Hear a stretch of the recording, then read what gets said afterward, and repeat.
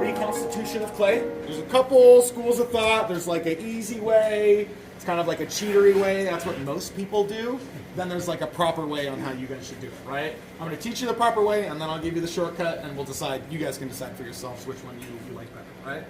So the correct, quote unquote, way to reconstitute clay is, what I usually do is I have sort of a separate bucket that lives next to my wheel at home that collects all my trimmings. I put all my like throwing goopy scrap and stuff in there, and I leave it there until it all gets bone dry like this, right?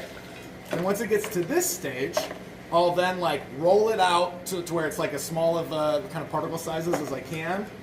You can hit it with like, you should have seen me earlier this morning. I was in here with like a hammer, like smashing up clay.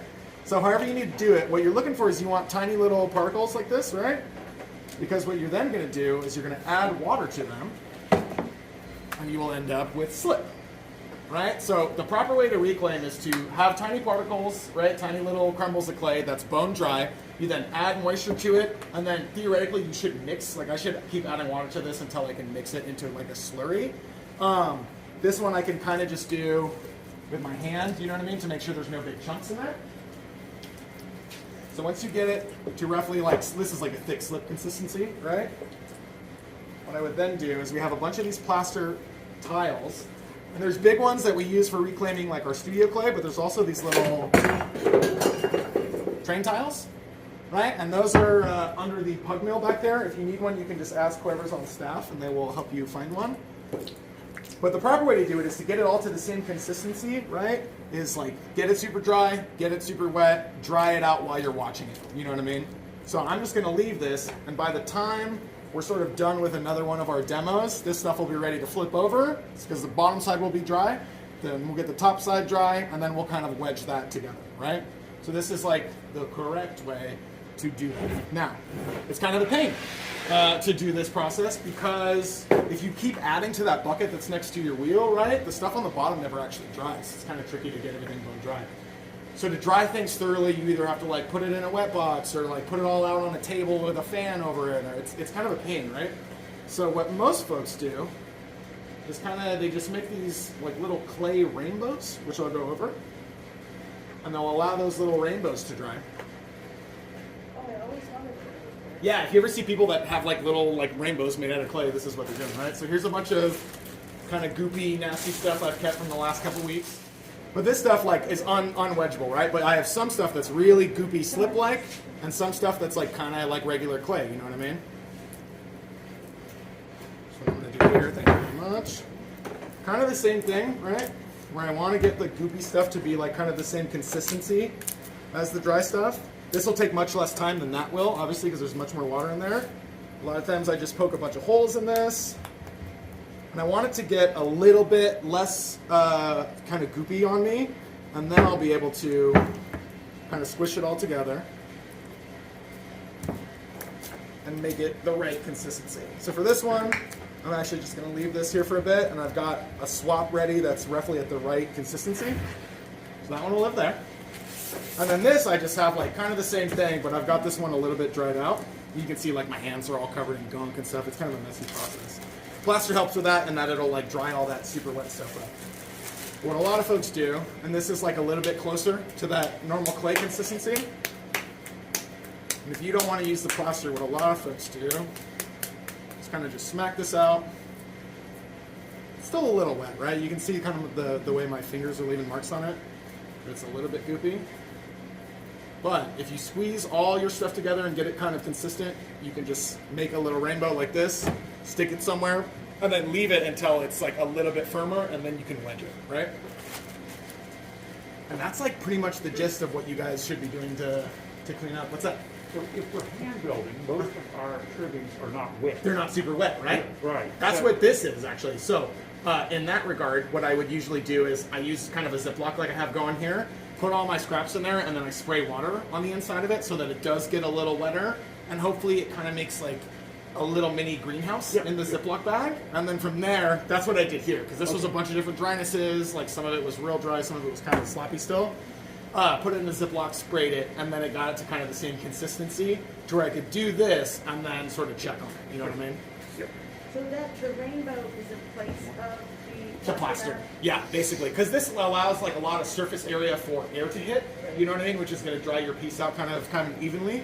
So once that's out for a little bit, right? And like if it's warm outside, you can put it outside in the sun, right? If not, you can put it in front of a fan or just kind of anywhere. But just every once in a while, kind of fold it in half and then make a new rainbow. That way new surface area is touching air. Does that make sense? And then you guys can see as I peel this up, like the bottom side is now dry. It's only been on here for like a couple of minutes, you know what I mean?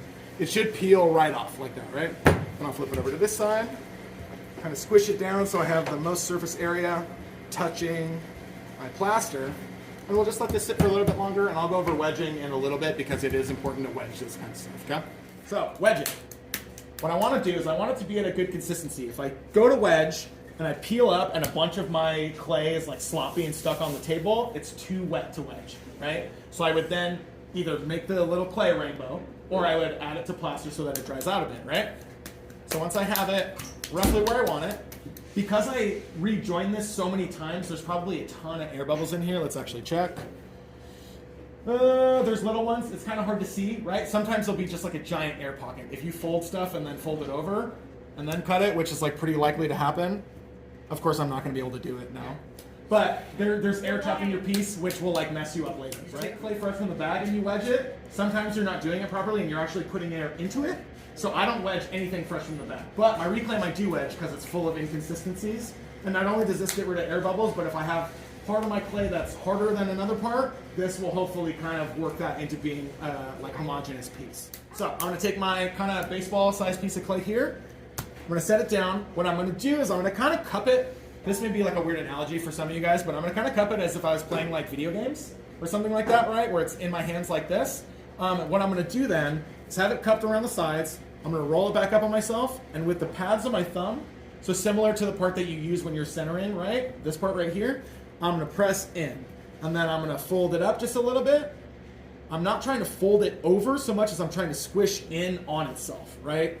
So if I don't have the cups going on the edges, what happens is it'll get really wide like this, right? And then you're going to have to fold it over to continue to wedge. And every time you fold, like I trapped a bunch of air in this little pocket, kind of defeats the purpose, right? So when you're doing this, I mean, I guess this is kind of like the opposite of when you're kneading dough, right? When you're kneading dough, you're trying to get air in. We're trying to do the opposite. So we're not doing folding so much as just compression of the clay in on itself. And so I barely lift up every time I do it because I don't want to have a full fold going on, right? And this is called ram's head wedging. It's called such because if you do it a bunch of times, you get these spirals going through the edges and it kind of looks like a ram's head. You know what I mean? It does get that, this one does look kind of like a duck, right? But so as you guys can see, if I'm going to wedge like this, I don't do it like 5 times with a bunch of pressure. I do it like 100 times with a little bit of pressure each time because I don't want to have any folds. And again, it's about, this is a quantity over quality kind of situation. I'd rather do it a bunch of times with just a little bit of pressure than do it 5 times and potentially have air bubbles in there, right? This is also much easier looking than it is. It's kind of like centering. It's kind of like pulling walls and stuff, right? So if I do this, I'll end up with kind of all these like, folds going on here. There'll be a spiral in the edge. If I want to get it ready to throw or back into our like baseball shape, right? I kind of just do one final sort of roll over there to round everything out. And then I push these sides in on themselves rather than folding anything over on itself, right? And from there, I'll switch over to my like double kind of cup, shape it into a ball shape. And we'll be good to move on from there.